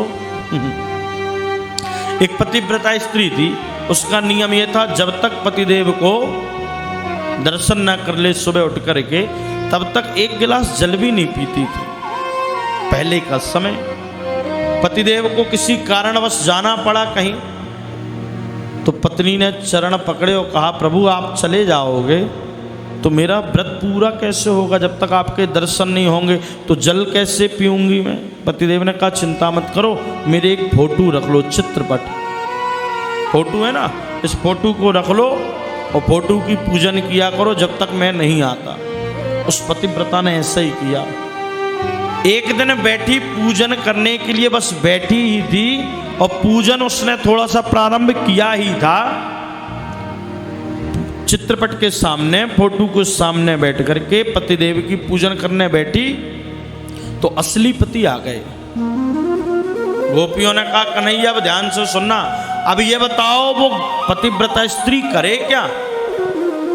फोटो के सामने बैठी है, अगर उठती है तो पतिव्रता धर्म नष्ट हो जाता है, और अगर नहीं उठती तो असली पति आए हैं पर उनका अनादर होगा, करे क्या? भगवान ने कहा इसमें कोई पूछने वाली बात है? जब असली पति आ गए तो नकली पति की पूजन करने की क्या आवश्यकता है। गोपियों ने कहा बस आपने हमारा उत्तर दे दिया, हम अर्धरात्रि में अपने पतियों को छोड़ करके इसलिए आ गई क्योंकि वो संसार के पति नकली पति हैं, असली पति परमेश्वर आप हो, इसलिए आपके पास भाग करके आ गए। भगवान ने पहले किया रास, एक कृष्ण अनेक गोपियां, रास किया। रास करते करते गोपियों को हुआ अभिमान। गोपियों को जब अभिमान हुआ, नाचते नाचते श्रम बिंदु निकले पसीना, पसीने के कुछ बिंदु भगवान ने अपने पीतांबर को उठा करके पहुंचा तो गोपियों को अभिमान आ गया। राधा रानी को हुआ मान, गोपियों को हुआ अभिमान और गोपियों के बीच से भगवान हो गए अंतर्ध्यान।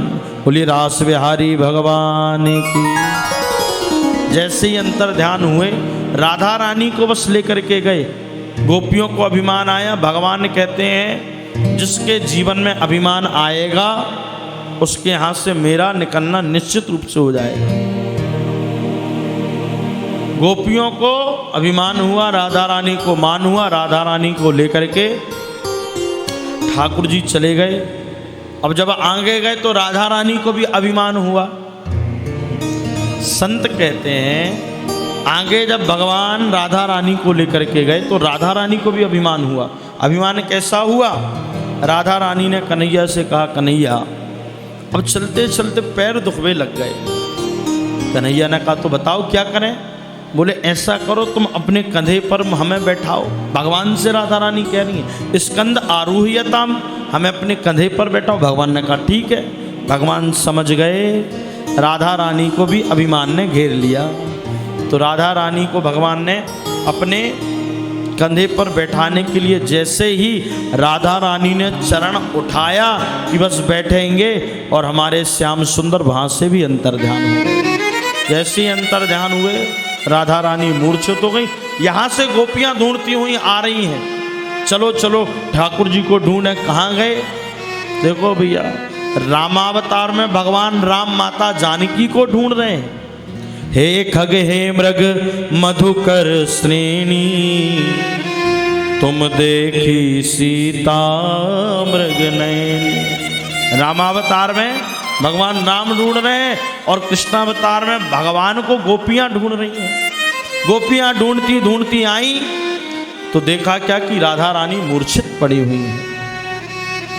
राधा रानी को यमुना जी की कुछ बिंदुओं का सिंचन किया, राधा रानी के नेत्र खुले। राधा रानी से पूछा कहाँ चले गए? बोले पता नहीं, मुझे भी छोड़ करके चले गए। संत कहते हैं राधा और कृष्ण में किंचित मात्र भी फर्क नहीं है। बोलो राधा और कृष्ण में किंचित भी फर्क नहीं है। राधा कृष्ण स्वरूपाम्बई, राधा माधव रूपकम, राधा ही कृष्ण है, कृष्ण ही राधा है। बिहारी जी को जाकर के देखो बिल्कुल काले हैं, देखा कि नहीं? दूर से देखिए बिल्कुल काले हैं। किसी ने कहा राधा रानी नहीं है? संत कहते हैं राधा रानी भी है, वहीं बस देखने के लिए नेत्र चाहिए। तो बोले भैया दिखे तो नहीं, राधा रानी दिखी तो नहीं। बोले भैया बिहारी जी काले हैं और जो बिहारी जी के मुखमंडल पर तेज है वो तेज कोई और नहीं, हमारी ही राधा रानी है। वो तेज जो झलक रहा है वो कोई और नहीं, राधा रानी ही है। इसलिए राधा कृष्ण स्वरूपम्बई, राधा माधव रूपकम, राधा ही कृष्ण ही राधा है, राधा ही कृष्ण है। फिर भी बिहारी जी ने कह दिया अगर अभिमान आएगा तो राधा रानी को भी। गोपियों ने बहुत प्रयास किया, चलो चल कर के ढूंढे। गोपियाँ गईं राधा रानी के साथ, ढूंढ रही हैं, पत्ते से, डाली से, वृक्ष से, तरुवर से, सबसे पूछ रही हैं। तुलसी का बिरवा लगा था वृक्ष, तुलसी के वृक्ष से पूछा आपने हमारे प्रिया प्रीतम को कहीं देखा? तो तुलसी हवा में हिल गई। जैसे ही हिली तो एक गोपी ने कहा देखो ये मना कर रही है, हमारी सौतन है, ये क्या बताएगी? तुलसी हिली ना तो कह रही है तो मना कर रही है। जब अथक प्रयासों के बाद ठाकुर जी नहीं आए तो गोपियों ने एक गीत गाया जिसका नाम गोपी गीत है। ये भागवत के प्राण हैं। आपको ये पत्रिका मिली है सबको कि नहीं मिली है? इस पत्रिका में देखिए गोपी गीत लिखा है। ये पत्रिका आपको इसलिए दी गई है, आप अगर याद करना चाहें, वृंदावन में आए हैं तो इस गोपी गीत को याद करें। इसमें भजन भी है, भागवत जी की आरती भी है, इसलिए दिया गया है।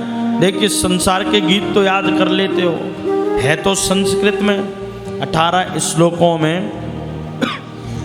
गोपियों ने गोपी गीत गाया, कनक मंजरी छंद है। एक श्लोक हम आप गाएंगे, केवल एक श्लोक, इसके बाद महाराष्ट्र में प्रवेश करेंगे। और जिसको ये पत्रिका प्राप्त हुई है वो ये प्रयास करे कि इसमें लिखे हुए गोपी गीत को एक एक लाइन रोज पढ़े। अच्छा, इसको पाठ करने का फायदा भी है। संत कहते हैं जो व्यक्ति गोपी गीत का संध्याकालीन वेला पर, गोधूली वेला पर पाठ करता है, अगर 12 वर्षों तक नित्य नियम से व्यक्ति गोपी गीत का पाठ संध्याकालीन वेला कर ले नियम से, तो उसकी आंखों में भगवान को देखने की समर्थ आ जाती है। इतना दिव्य ये गोपी गीत है, कनक मंजरी छंद है, भागवत के प्राण हैं। तो गोपियों ने ठाकुर जी को बुलाने के लिए गाया है। आइए हम आप सब केवल एक लाइन की गाएंगे। जयति तेधिकं जन्मना व्रजा श्रयत इंदिरा शाश्वत रही। जयति तेधिकं जन्मना व्रजा श्रयत इंदिरा शाश्वत रही। जयति तेधिकं, संत कहते हैं ब्रज की महिमा को फीका कर दिया महाराज।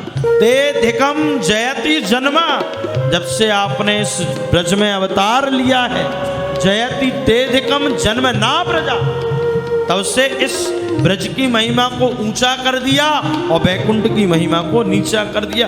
गोपियां कहती हैं और अब समय जब आया आपके पास पहुंचने का, आपके साथ महाराष्ट्र में प्रवेश करने का, तो आप हमें छोड़ करके चले गए। और अगर आप हमें छोड़ करके जाना ही था तो आपने ये कथा का पान क्यों कराया? हम अगर चाहें कि अपने शरीर को छोड़ दें तो भी हम शरीर छोड़ नहीं सकती। क्यों?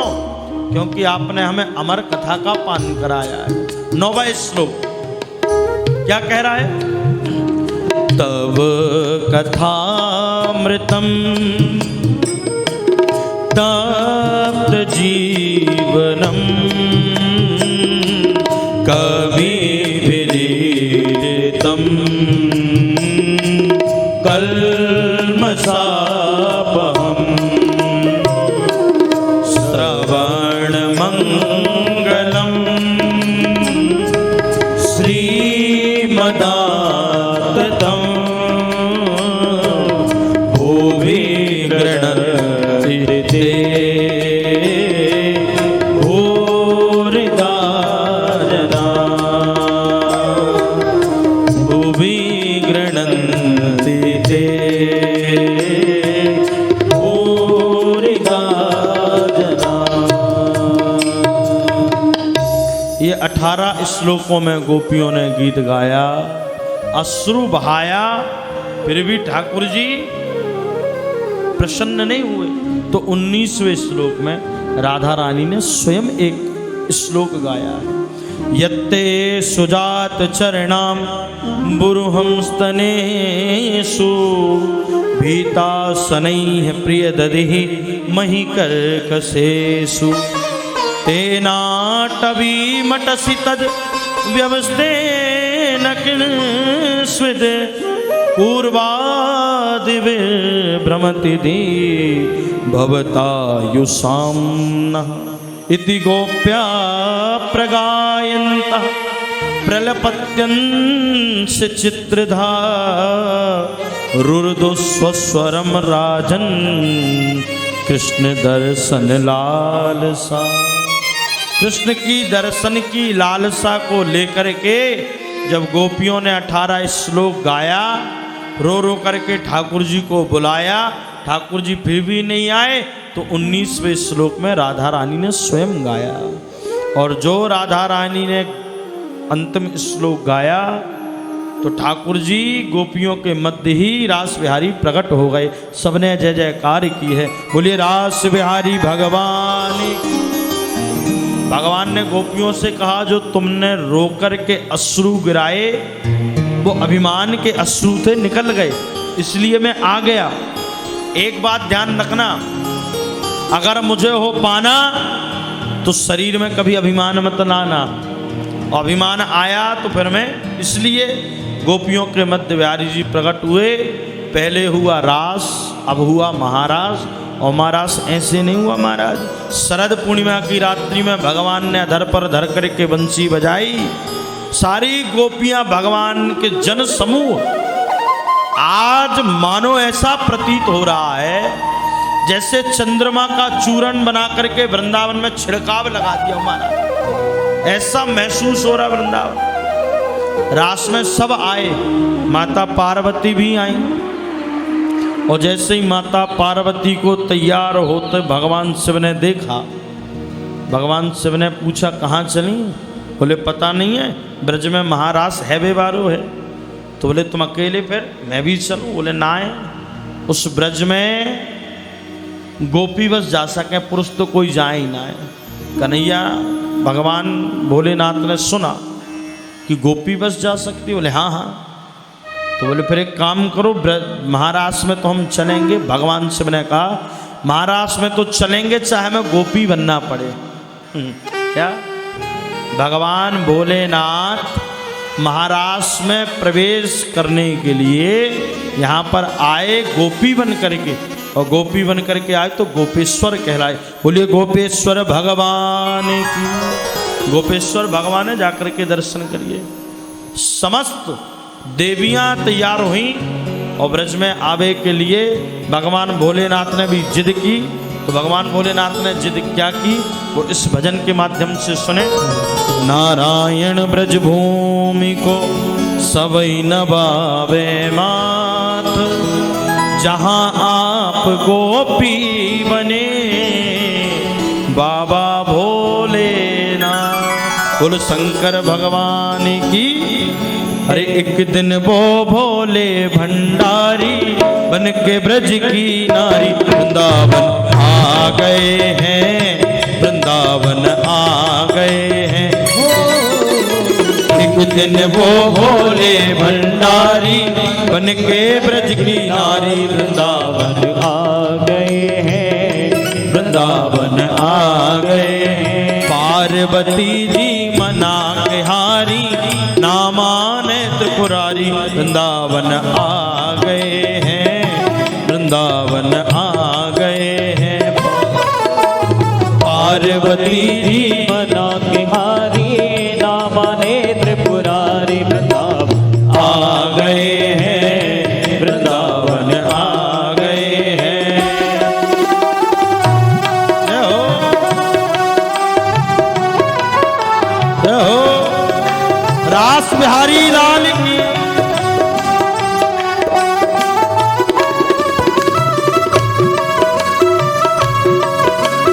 जय जय।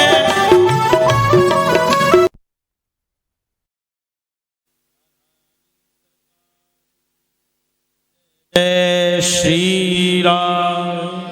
तो आइए, इस प्रकार से महारास हुआ है। सुखदेव गुरुदेव कहते हैं राजन भगवान भोलेनाथ आए, गोपेश्वर कहलाए। इसी पावन भूमि में भगवान ने गोपी वेश बना करके गोपेश्वर का रूप लिया है। आपको अगर समय मिले तो जाकर के जरा भगवान भोलेनाथ के भी दर्शन करो। शिवरात्रि पर भगवान भोलेनाथ का जो श्रृंगार होता है, ऐसा महसूस होता है, ऐसा नजर आता है, ऐसा लगता है जैसे साक्षात भगवान भोलेनाथ नहीं, साक्षात आज भगवान भोलेनाथ गोपी बन करके बैठे।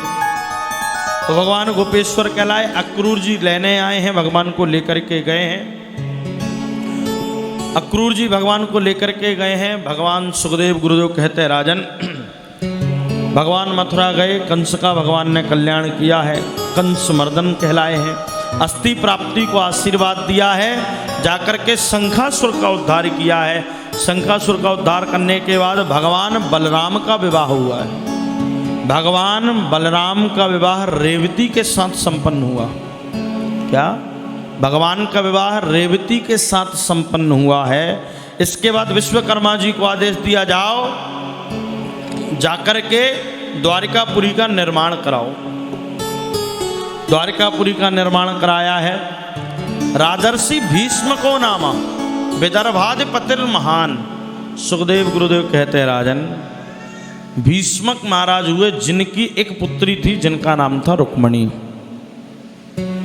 4 भाई थे, रुक्मी, रुक्मकेशु, रुक्ममाली और रुक्मबाहु। इनमें सबसे बड़े भाई थे रुक्मी।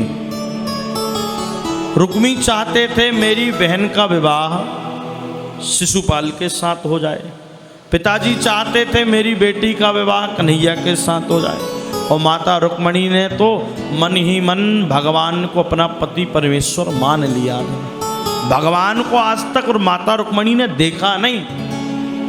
सुनिए जरा, सार गर्भित कथा है, भगवान को आज तक माता रुक्मणी ने कभी देखा नहीं था।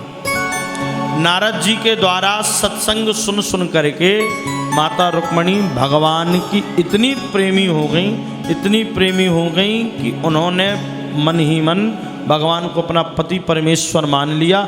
एक दिन एक ब्राह्मण देवता को बुलाया। ब्राह्मण देवता को बुला करके कहा, प्रभु ये मेरा पत्र लेकर के भगवान द्वारिकाधीश के पास जाइए। पत्र लिखा 7 श्लोकों में। द्वारिकाधीश के यहाँ पर ब्राह्मण देवता गए। ब्राह्मण देवता ने जाकर के पत्र लिया, भगवान को पत्र दिया।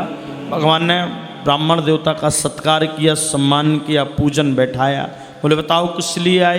बोले आपका पत्र लेकर के आए हैं प्रभु। भगवान ने कहा सुनाओ पत्र में क्या लिखा है? बोले नहीं, ये आपका पर्सनल पत्र है, इसको मैं कैसे पढ़ूं? भगवान ने कहा नहीं, ब्राह्मणों से मेरा कुछ नहीं छिपा है, आप तो पत्र पढ़ो। तो जब पत्र ब्राह्मण देवता ने पढ़ करके भगवान को सुनाया तो पत्र में लिखा क्या था? श्रुत्वा गुणान भुवन सुंदर शृण्वतान्ते निर्विश्य कर्ण विवरई हरतो अंगतापम रूपम दृशाम दृशिमता मखिलाथलाम त्वय्यच्युता विशति चित्तम अपत्रपम। सुंदर श्लोक में माता रुक्मणी ने सार कह दिया।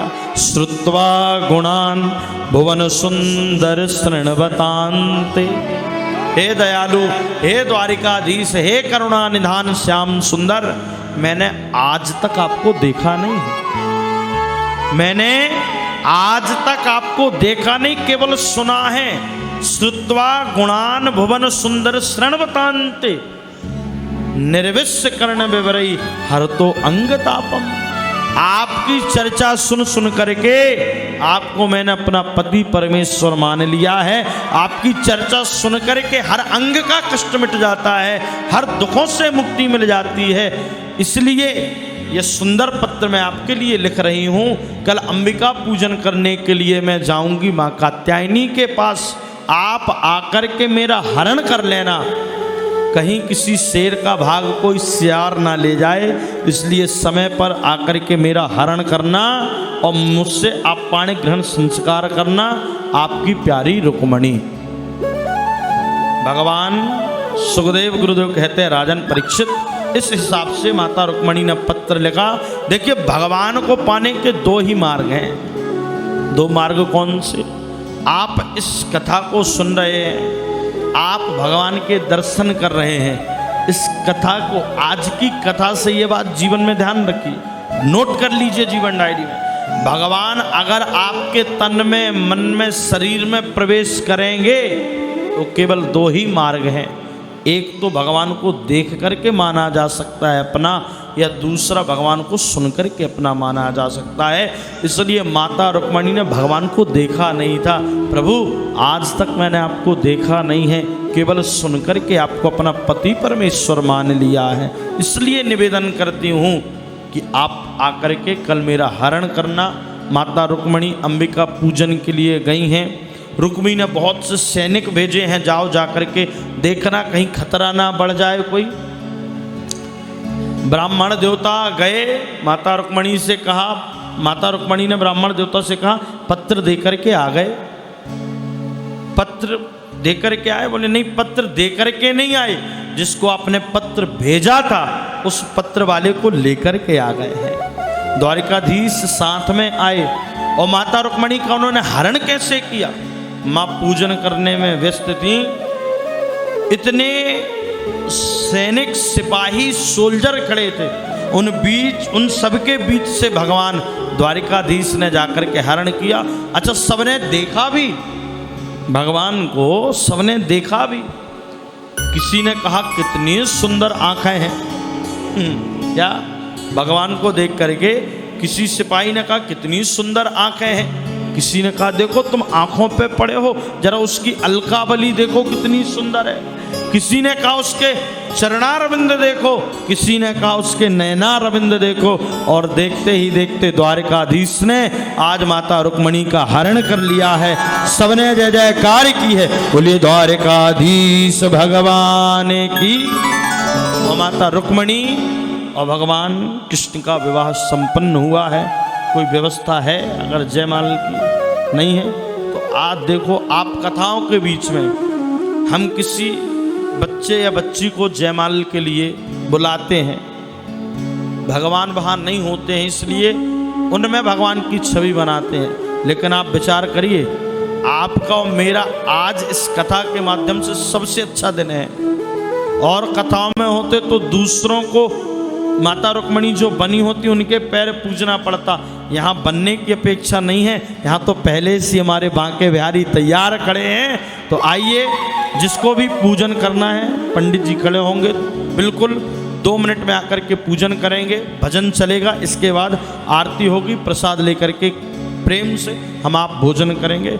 बोलिए रुक्मणी कृष्ण भगवान की। यजमान हैं जो आ जाएं, आकर के माता रुक्मणी और भगवान कृष्ण का पूजन करेंगे और भजन का आनंद लेकर के बड़े प्रेम से मोहे अपनी ही दुल्हन बना ले, श्याम तेरी दीवानी हुई मैं। जो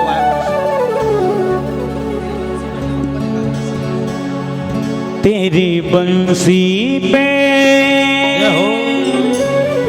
तेरी बंसी पे जाऊं बलिहार रसिया, मैं तो नाचूंगी तेरे दरबार रसिया, मैं तो नाचूंगी तेरे दरबार रसिया, ओ मैं तो नाचूंगी तेरे दरबार रसिया, मैं तो नाचूंगी तेरे दरबार रसिया। वो तेरी बंसी पे, तेरी बंसी पे जाऊं बलिहार रसिया, मैं तो नाचूंगी तेरे दरबार रसिया, मैं तो नाचूंगी तेरे दरबार रसिया।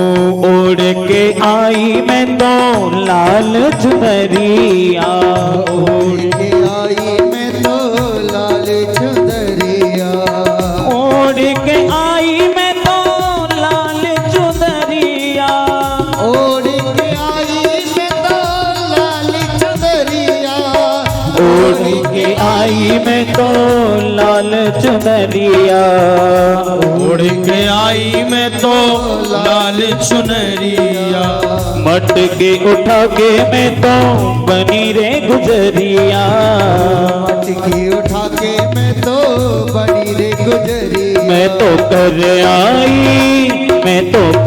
आई 16 श्रृंगार रसिया, मैं तो नाचूंगी तेरे दरबार रसिया, मैं तो नाचूंगी तेरे दरबार रसिया।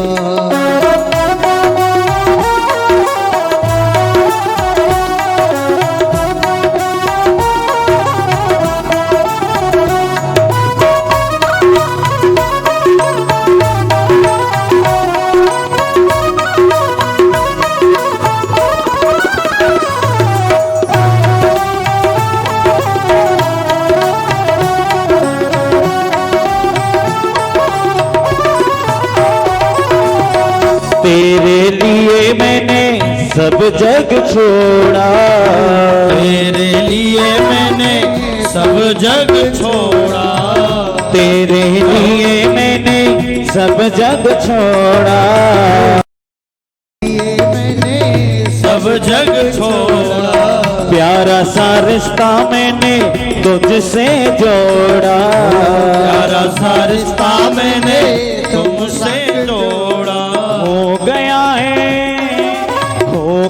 है तुमसे प्यार रसिया, मैं तो नाचूंगी तेरे दरबार रसिया, मैं तो नाचूंगी तेरे दरबार रसिया, तेरी बंसी पे जाऊं बलिहार रसिया, मैं तो नाचूंगी तेरे दरबार रसिया, मैं तो नाचूंगी तेरे दरबार रसिया। जय हो द्वारिकाधीश भगवान की जय हो। हरि बोल।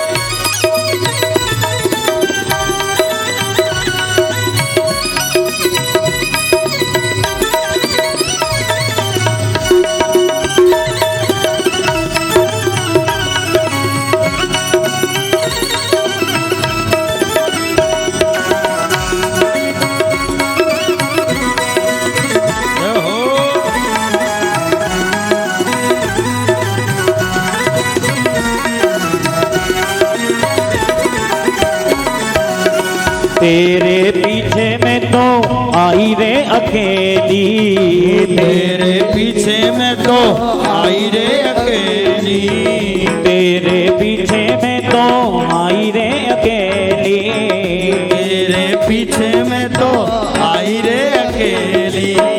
बड़े गोप की नई नवेली, बड़े गोप की नई नवेली, बड़े गोप की नई नवेली, नई नवेली। आई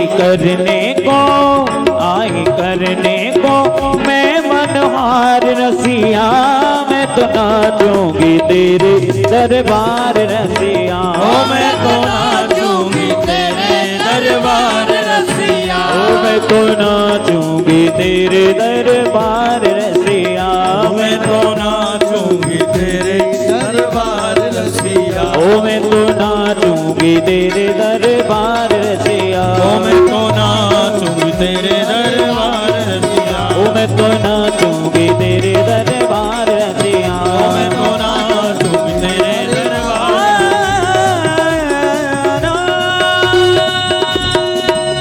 बोलिए द्वारिकाधीश भगवान की। तो आइए रह गए। ओ मोहे अपनी ही दुल्हन बना ले, मोहे अपनी ही दुल्हन बना ले, शाम तेरी दीवानी हुई मैं। ओ मोहे अपनी ही दुल्हन बना ले, हो शाम तेरी दीवानी हुई मैं। ओ मोहे अपनी ही बना ले, मोहे अपनी ही दुल्हन बना ले, शाम तेरी दीवानी हुई मैं। मोहे अपनी ही दुल्हन बना ले, शाम तेरी दीवानी हुई मैं। दीवानी दीवानी मैं दीवानी दीवानी मैं दीवानी दीवानी दीवानी हाँ मैं दीवानी दीवानी दीवानी ओ मोहे अपनी दुल्हन बना ले मोहे अपनी मन बना ले शाम तेरी दीवानी हुई मैं मोहे अपनी ही दुल्हन बना ले हो शाम तेरी प्रेम दीवानी से। हुई मैं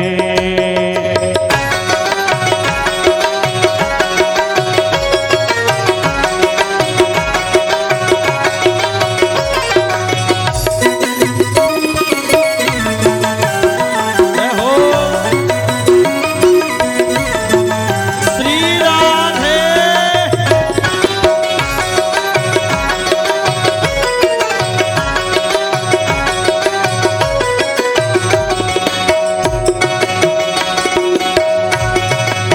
मोहे अपनी दुल्हन बना ले मोहे अपनी दुल्हन बना ले शाम तेरी दीवानी हुई मैं मोहे अपनी दुल्हन बना ले शाम तेरी दीवानी हुई मैं ओ मैं तो बाके की बाकी बन गई और बाका बन गया मेरा मैं तो बागे की बागी बन गई और बाका बन गया मेरा ओ मैं तो बाके की बाकी बन गई और बाका बन गया मेरा मैं तो बाके की बागी बन गई और बाका बन गया मेरा ओ उस बाके का सब कुछ बाका उस बाके का सब कुछ बाका उस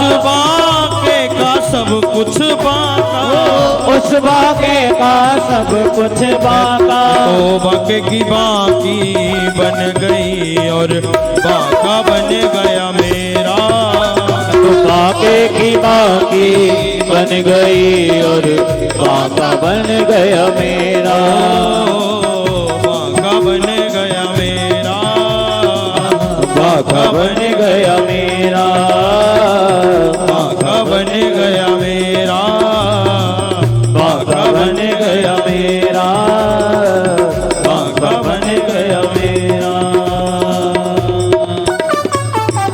बोल मोर मुकुट बंसी वारे की सावरिया सरकार की जय जय जय श्री राधे तो आइए रुक्मणी मंगल की आप सबको ढेर सारी शुभकामनाएं हैं। प्रेम से सभी अपने स्थान पर खड़े होकर आरती करेंगे।